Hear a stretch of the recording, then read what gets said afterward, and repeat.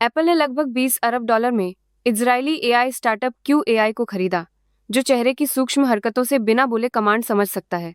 Q AI की technology अब AirPods, iPhone और सीरी जैसे डिवाइसेस में यूजर की फुसफुसाहट या साइलेंट स्पीच को भी पहचान पाएगी, जिससे प्राइवेसी और हैंड्स फ्री कंट्रोल का नया दौर शुरू होगा। यह डील एप्पल के लिए एआई और वेरेबल्स में गेम चेंजर मानी जा रही है। हगिंग फेस जैसे भरोसेमंद प्लेटफॉर्म पर अब मालवेयर छुपा बैठा है, जो तेरे फोन का पूरा कंट्रोल ले सकता है। रिसर्चर्स ने पकड़ा कि ट्रस्ट बैशन नाम का फर्जी एंटीवायरस ऐप असल में रैट मालवेयर है, जो स्क्रीनशॉट, लॉक स्क्रीन पिन और फाइनेंशियल लॉगिन तक चुरा लेता है। भाई, सिर्फ ऑफिशियल स्टोर से ही ऐप डाउनलोड कर, वरना तेरा डेटा कब उड़ जाएगा पता भी नहीं चलेगा। वुजी एमो3 मॉडल ने नेचर में छपकर टेक्नोलॉजी की दुनिया में हलचल मचा दी है। Beijing academy of artificial intelligence का ये मॉडल टेक्स्ट, इमेज और वीडियो प्रेडिक्शन में स्पेशलाइज्ड मॉडल्स को टक्कर देता है। एमो3 की यूनिफाइड ऑटो रेग्रेसिव आर्किटेक्चर ने मल्टी मॉडल असिस्टेंट्स और एम्बॉडेड इंटेलिजेंस के लिए नई राह खोल दी है। गूगल ने एक ऐसा एआई टूल लॉन्च किया है जो सिर्फ आपके शब्दों या इमेज से पूरा 3 वर्ड बना सकता है। प्रोजेक्ट जीनी 3 और नानो बनाना प्रो पर चलता है, और फिलहाल सिर्फ एआई अल्ट्रा सब्सक्राइबर्स को ही एक्सेस है। इस टेक्नोलॉजी से यूनिटी और टेक-2 जैसी गेमिंग कंपनियों की नींद उड़ गई है, क्योंकि अब गेम डेवलपमेंट का पूरा सीन बदल सकता है। गूगल ने प्रोजेक्ट जीनी लॉन्च किया, जिससे अब यूजर्स सिर्फ टेक्स्ट से 60 सेकंड के लिए इंटरैक्टिव गेमिंग वर्ल्ड बना सकते हैं। जीनी 3 मॉडल पर आधारित यह टूल रियल टाइम में वर्चुअल एनवायरनमेंट जनरेट करता है और फिलहाल सिर्फ यूएस के एआई अल्ट्रा सब्सक्राइबर के लिए उपलब्ध है। इस टेक्नोलॉजी के कारण गेमिंग कंपनियों के शेयरों में भारी गिरावट आई, लेकिन एक्सपर्ट्स मानते हैं कि फिलहाल ये एआई गेम्स को रिप्लेस करने से काफ़ी दूर है। एनवीडिया के सीईओ जेनसन हुआंग ने वॉल स्ट्रीट जर्नल की रिपोर्ट को सीधा नॉनसेंस कह दिया, जिसमें एनवीडिया के ओपन एआई में एक $100 बिलियन निवेश कम करने की बात थी। हुआंग ने बताया कि डील अभी नॉन बाइंडिंग है और निवेश की रकम पर फिर से बातचीत चल रही है।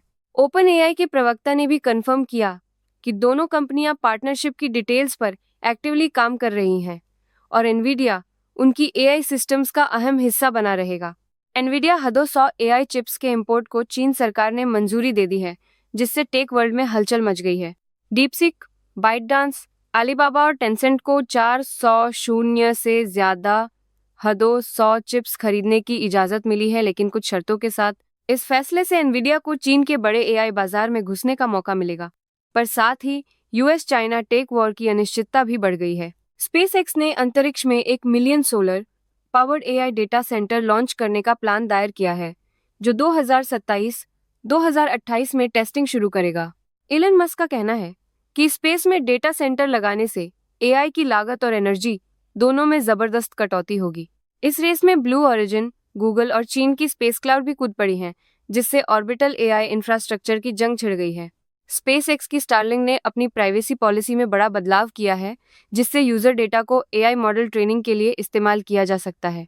अब अगर यूजर ने ऑप्ट आउट नहीं किया, तो उनकी लोकेशन, पेमेंट, कम्युनिकेशन जैसी जानकारी एआई और थर्ड पार्टी के साथ शेयर हो सकती है।